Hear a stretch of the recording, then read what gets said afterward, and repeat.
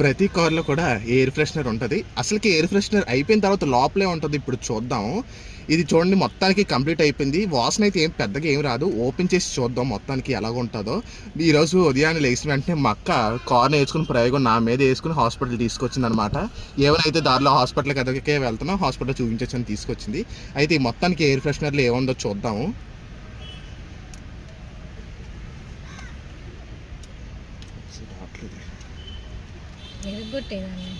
ఎలా కొట్టాలి?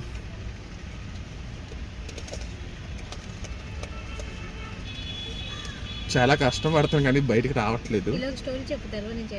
తెల్లవారు నుండి వచ్చేపోయేసరికి కార్ నేర్చుకొని, ఇది జస్ట్ 5 days అనుకుంటా కార్ నేర్చుకొని, ఇంక ప్రయోగం ఎవరి మీద చేయాలో తెలియక నా మీద చేసింది. ఇంకెలాగా మా పెద్దడిని హాస్పిటల్ తీసుకురావాలనే ఉద్దేశంతో ఇంకా నేను కూడా వస్తానని, అంటే కార్ ఇది ఎలా నడుపుతుంది అన్న ఉద్దేశంతో తీసుకొచ్చాను.